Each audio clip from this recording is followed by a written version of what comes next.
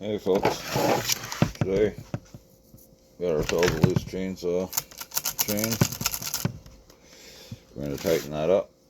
I'm going to start, we're going to loosen off these two nuts right here. That shouldn't be overly tight. Give them a good loosen like so.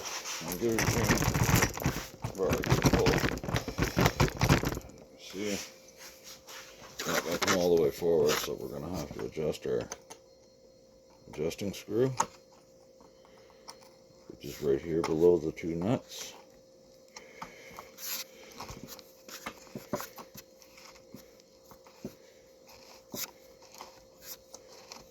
See that chain just slowly lifting up there. Right about there. Yeah, it's nice. We're going to pull that bar nice and tight. We're going to tighten down these two nuts here a little bit. As we do that, we're going to make sure that our chain's not coming too loose there. We're not going to tighten them all the way right away, because we're going to go back to our adjuster screw. Give that a little tweak. Get that nice and tight.